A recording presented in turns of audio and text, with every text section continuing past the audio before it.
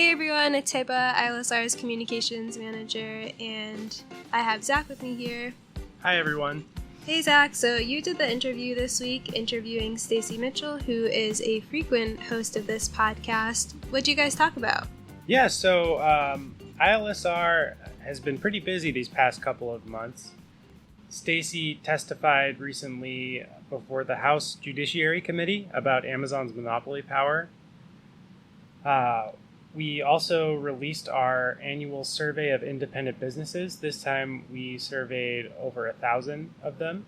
We also released our Walmart report, which details Walmart's dominance over the grocery market. We knew before that 1 out of every 4 grocery dollars is spent at Walmart. But our new report really digs into some new dimensions of Walmart's power over this industry and really shows how Walmart's power over the grocery market is greater than any other company before it. Getting back to the hearings, I think what I found really interesting was how you and Stacy were talking about the historic significance of these hearings. You know, really, the federal government hasn't been enforcing antitrust law in a few decades, and this is one of the first big developments that's really trying to get back to that enforcement.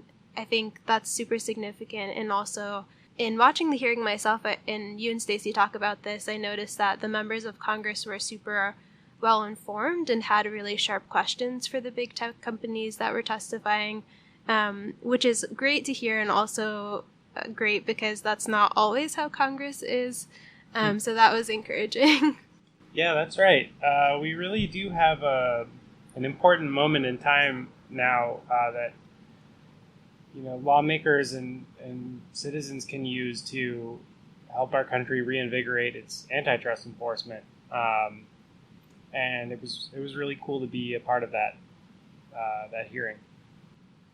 Yeah, I think the thread of really the 3 topics you discussed, like the Walmart report, the independent business survey, and the hearing, are that we have a real opportunity here to change the game if policymakers are smart about how they go about it. And so, there's a lot of great recommendations in the episode and discussions. So let's dive in. First question for you, Stacy. What was the purpose of this hearing? Yeah, so this hearing is really actually a small piece of a much bigger investigation. So the Antitrust Subcommittee, which is part of the Judiciary Committee in the House, is undertaking really a historic investigation into dominant tech companies. Congress used to conduct these kinds of investigations into different sectors of the economy on a regular basis, and often they would produce reports and findings that would lead to maybe policy changes, beefing up our antitrust laws, or sometimes even, litigation into cases that would break up companies or restructure markets.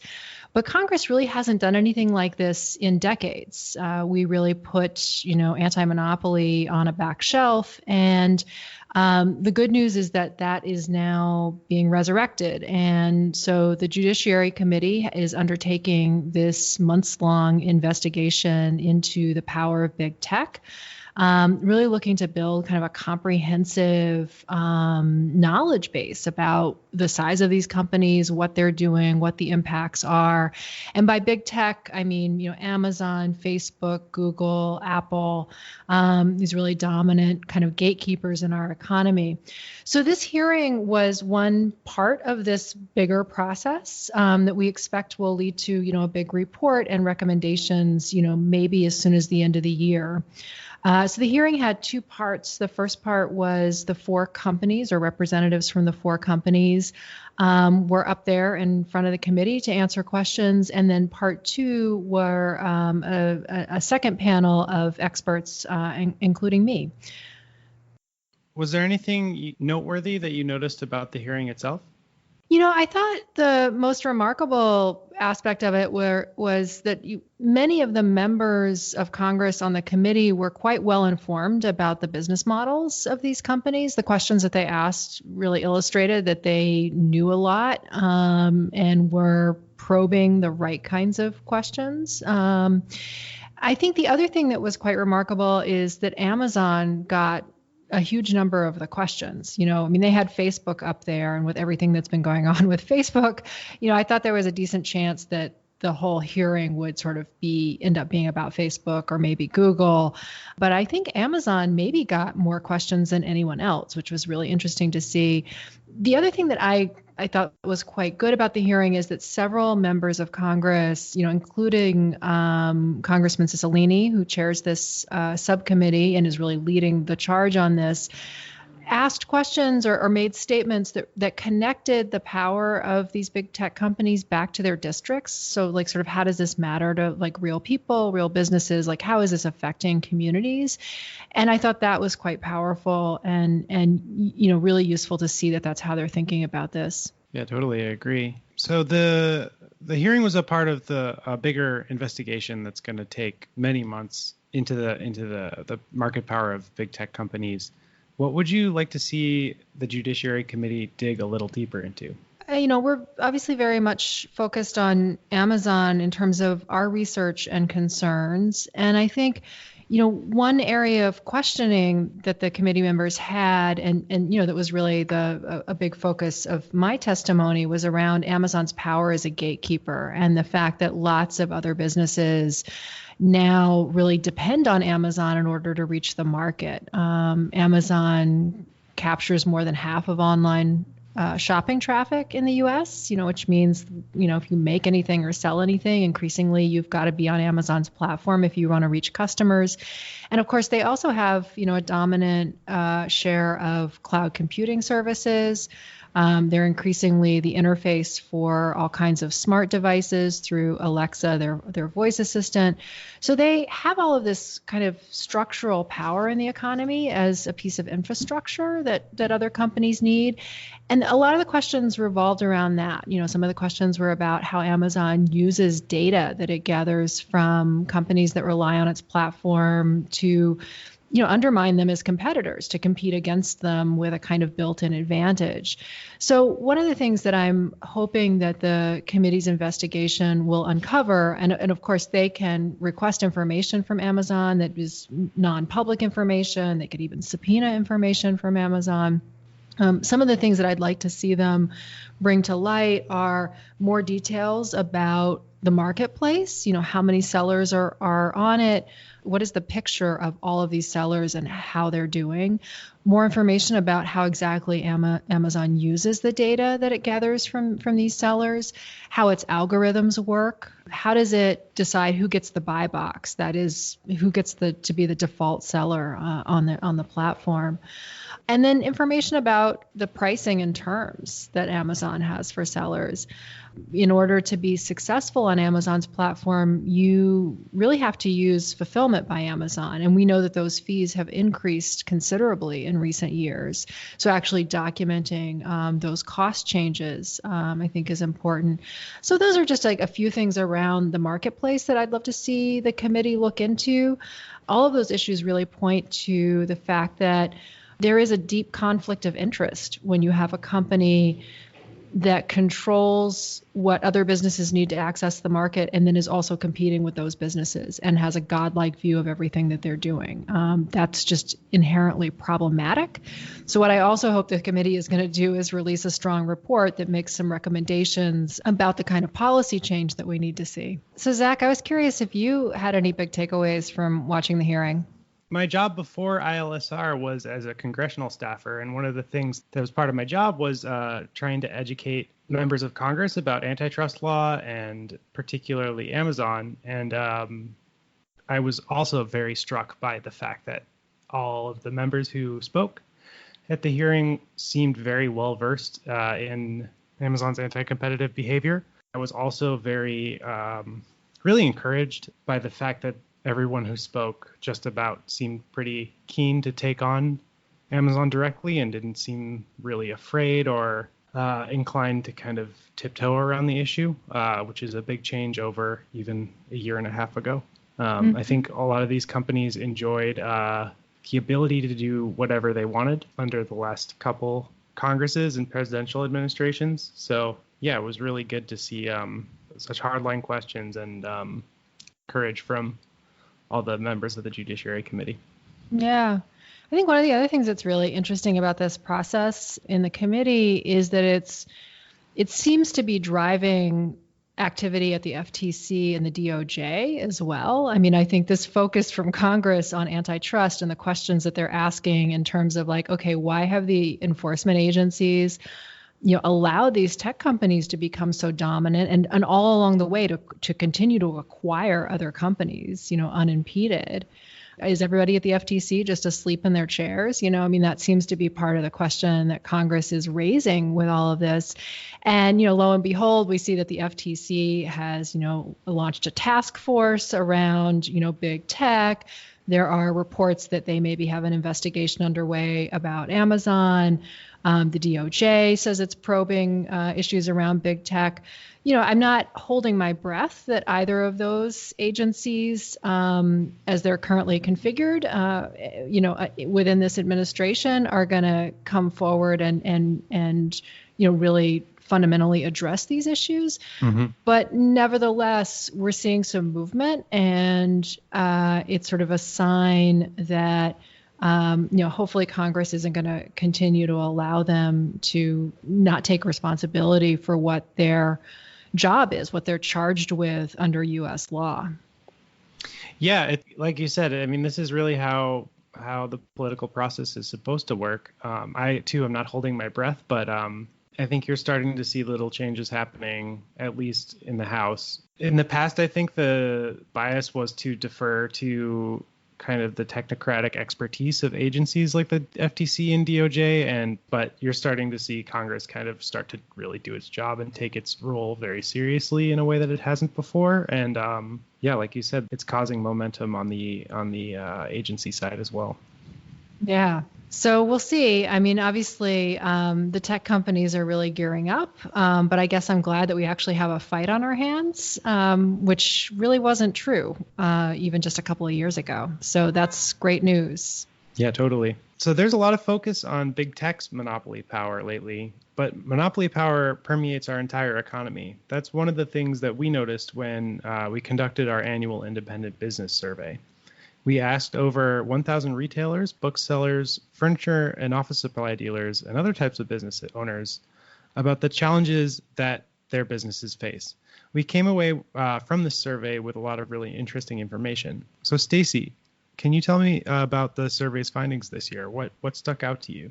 Yeah, I think one of the things that really struck me was that the survey found, on the one hand, we saw a lot of evidence in the survey that, independent business owners are incredibly nimble and competitive. They continue to find ways to survive, and yet they're very much embattled. And when we asked them what their biggest challenges were, most of the things that they named, 4 out of 5 of the top things, were issues that all have to do with concentrated power. Among independent retailers, Amazon's market power was ranked easily as the top threat to their business. 75% rated the danger posed by Amazon as significant or extremely significant. Other top issues included the fact that their biggest competitors are often able to get lower prices from suppliers, that Walmart can strong arm a supplier into giving it, a special treatment that competing businesses aren't able to get. So that was a huge issue. We also saw issues around credit card fees, the fact that Visa and MasterCard, dominate the market for processing credit cards and are able to really extract a sizable share right off the top of independent businesses' revenue. So over and over again in this survey, we were seeing, that this issue of concentrated economic power and the fact that public policy largely favors big business and isn't doing anything about concentration is a huge issue, that is the biggest barrier. In many cases, in the case of Amazon, for example, independent retailers ranked that as a bigger threat than, government red tape, taxes, rising healthcare costs, a bunch of other things on that list that were much lower than Amazon's market power. Who is this survey designed for? If I were a policymaker, a researcher, a journalist? What kind of information could I take away from the survey? It's really all of the above. If you're a journalist who's covering the economy or business, there are a lot of insights that you can glean from this about how independent businesses, are seeing the landscape and the particular challenges that they're facing and the policy issues that they think are important. If you're a policymaker, there's lots that you can glean from this that is useful. As we think about how to bring back a more entrepreneurial and competitive economy, create new opportunities for people to move into the middle class, how to bring broader prosperity to different regions of the country. Growing independent businesses is a great solution, but there are some real barriers, and it's up to policymakers, I think, to address some of those things. So, for example, one of the things we found is that over 40% of businesses that were looking to start or grow were unable to secure the loans that they needed in order to be able to do that. We really have, I think, a broken financial system in that it can't actually supply the capital that we need in the places that we need it in order for small local businesses to grow, to create jobs. And that's a huge economic problem. And it's part of the reason that so many communities are depressed and that we're not getting the kind of quality jobs. People are really struggling out there. So that's, sort of just one example of a data point that I think is very informative for policymakers. Yeah, policymakers do tend to hear a lot of bad faith arguments, I would call them, from people purporting to represent small businesses, and they're really just sort of kind of a Trojan horse for bigger corporations like Walmart. Yeah, you have the Chamber of Commerce out there purporting to speak for small business, but you look at the chamber, almost all of their money comes from the biggest corporations. Their board, which is like huge, it's like 100 people, is made up of a who's list of giant corporations. They really use small business as kind of window dressing to kind of cover up their agenda. This is a great survey for kind of breaking through that kind of perception and talking about what independent business owners are really seeing. One of the great things that I think about this survey is we not only ask like multiple choice questions and present that data, but we have several sections in the survey where we ask businesses just to talk about what they're seeing. So, on the question of like trying to get a loan, there's just an open-ended questions about Amazon and all of this. And in those comment boxes, we had hundreds of businesses who wrote, in some cases, multiple paragraphs describing their experiences. And our former colleague, Marie Donahue, who analyzed the survey results, very carefully went through all of those comments and actually analyzed and pulled out other findings from them. So this survey is a great way for business owners to speak for themselves. And those comments yielded a lot of great data. And we also include in the survey report some representative samples of some of those comments, which I think make it kind of a dynamic read on top of, the usual graphs and the usual kinds of numeric data that came out of this. ILSR has been doing these surveys for more than 10 years now. Can you talk about the origins, like the genesis of this survey? How has it changed over the years, and what kind of valuable information are we able to take from each survey? Yeah, we started this as a very small survey with just a few questions. Back then, it was limited to retailers. Now we survey all kinds of businesses, small businesses. But at the time, we were just surveying independent retailers, and we would do the survey in January. And it was designed to be kind of a counterpoint to all the media reporting that would come out after the holidays about how the big chains had done, Walmart sales through the roof or whatever the reporting was. And we felt like independent businesses were just completely ignored in all of that. And so we did a survey that initially asked them, how they had done in the previous year, how they'd done over the holidays, like what they were seeing in their communities in terms of people's support for local businesses. We kept it to just a handful of questions because we were certain that independent business owners, they're really busy, and we didn't know if they would even take the time to do a 3-minute survey. But it turns out we got a huge response. And every year we ask more and more questions, and we have, lots and lots of business owners who are super eager to answer them. And as I said, often writing many paragraphs, responses, and that kind of thing, which I think, as a sort of meta finding of our experiences with the survey is that business owners are deeply concerned about what they're seeing in the market and in the policy environment, and they are very eager to share their perspective on those things and to take the time to do that. Over the years, the survey grew from just being retailers to being all kinds of businesses.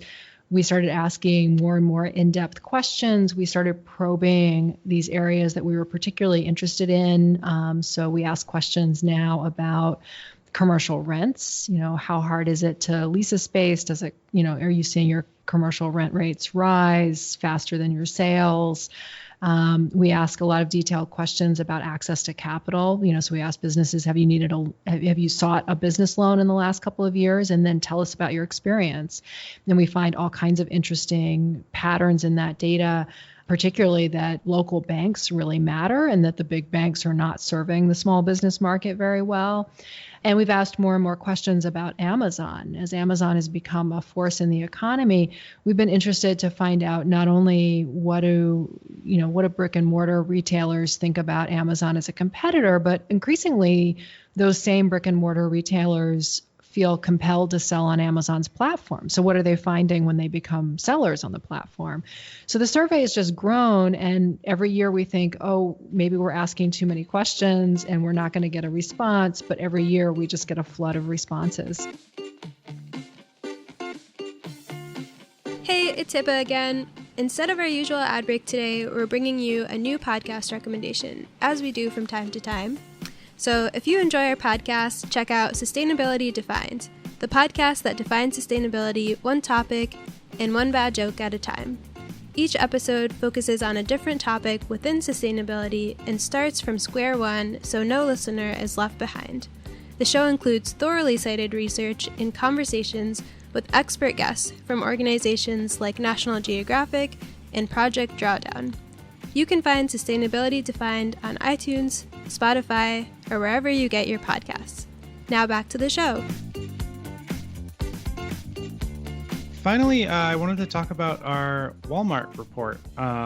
This was kind of a long time in the making, and we had some really interesting findings, particularly that Walmart controls 50% of the grocery market in 1 out of every 10 metropolitan areas and nearly 1/3 of all micropolitan areas in the U.S. When we do reports, oftentimes it'll start with like an inkling of an idea or a single question. Was there a research question that led you down the path of making this report? Yeah, I think our central research question was, we knew that Walmart nationally is this giant behemoth in the food sector. Walmart nationally captures 1 out of every $4 that Americans spend on groceries, which is extraordinary. We've just never had a retailer with that kind of power in the food system in our history. And what it means is that Walmart can really dictate to suppliers, all of the companies that produce and process food, and ultimately farmers are really at the mercy of Walmart because they are the primary buyer for our food. So we knew that having a big national market share, that only tells you so much. When it comes to actually shopping for groceries, what matters is what's available locally. What does your local city have to offer in terms of grocery stores? And we knew that Walmart had a pretty significant market share, at least in some metro areas. So we wanted to know how big it was, and also to be able to map it, to provide a visual illustration of Walmart's market power. Working with this data set, we were able to create this map showing all of the metropolitan and micropolitan regions of the country where Walmart has more than 50% of grocery sales, and also those where it has more than 70% of the grocery market. So that's over 200 communities in the U.S. that you can see on the map.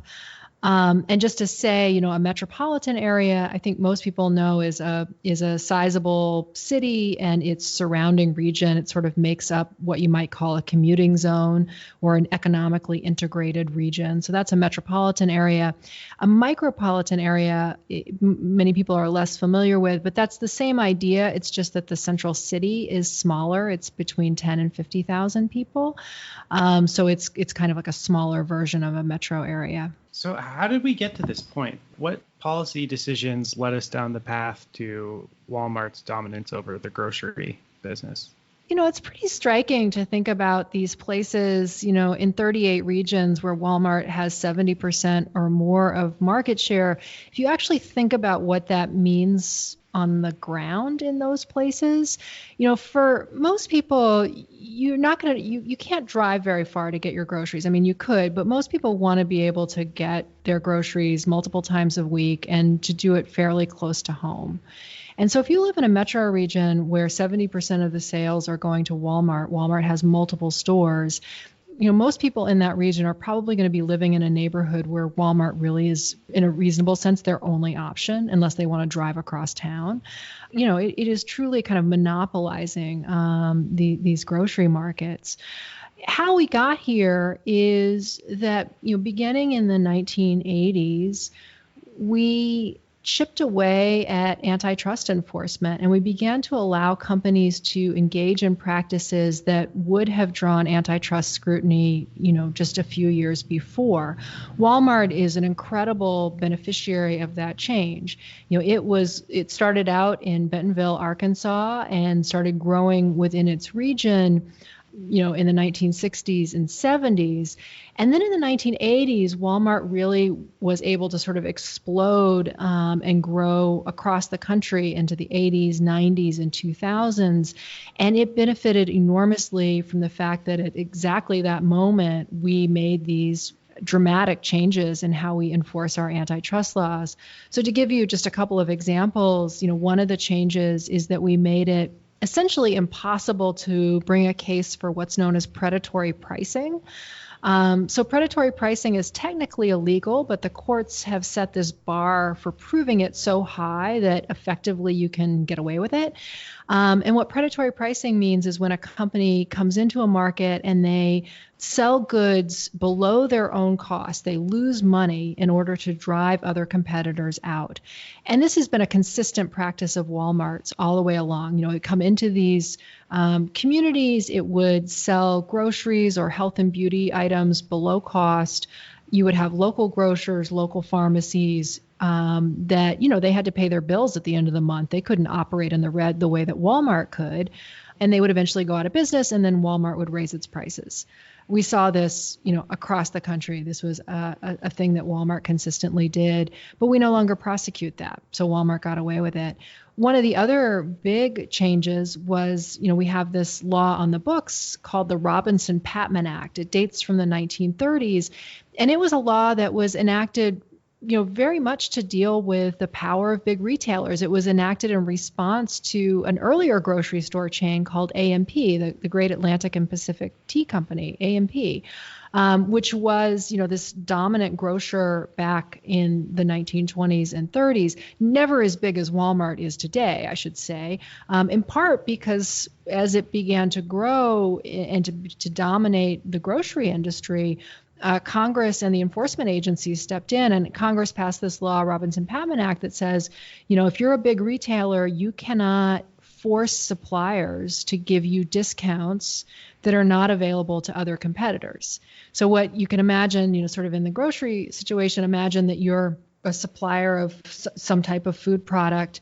Walmart is this giant customer, and they come to you and say, we want a discount that's bigger than any of our competitors get, for no reason other than we're huge, and you can't say no to us because we make up, a quarter of your sales. And so we have a lot of power to make you do what we want. And the result of that is that Walmart gets that discount, and then the supplier has to make up that money somewhere else. And it often means they raise costs on the independent grocers. So it creates an incredibly unlevel playing field, not because anybody is a better competitor, but simply because Walmart has the power.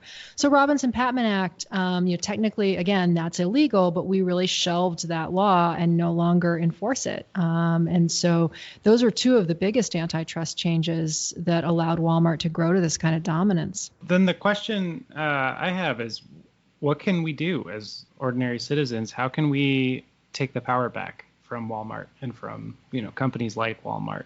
That's exactly the question. And I should say in our report, not only do we have this beautiful map that I think really illustrates the point that we're trying to make, and we talk some about this history and really situate how Walmart got to be this powerful. And we also talk about the consequences, not just for consumers, but also for farmers and food workers, competing independent grocers and the like.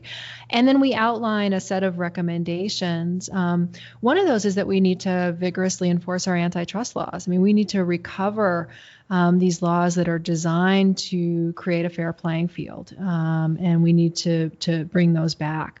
A lot of the talk these days about how to reform antitrust policy is around mergers, having a stricter approach to merger reviews. Walmart didn't get to be this huge because of buying other companies. It just got to be this huge by engaging in predatory practices. So Walmart's a good example of why we actually need to enforce those laws. And it's not just about merger reviews. It's about a bigger set of policies. The second recommendation is we think that the Federal Trade Commission should review these 203 markets where Walmart has more than 50% of grocery sales, and wherever it's feasible, they should force divestitures. That is, they should force Walmart to sell stores to competitors in order to break up their market share in those markets. And it's worth noting that this is something that's not unusual in the context of mergers. And in fact, in 2015, the FTC was reviewing a merger between two big supermarket chains, Albertsons and Safeway. That merger, I think, should not have been approved at all, but the FTC did approve it. But they did have these huge concerns about these local markets in which the combined grocery store would have a lot of market share and where the number of, quote, meaningful competitors would fall.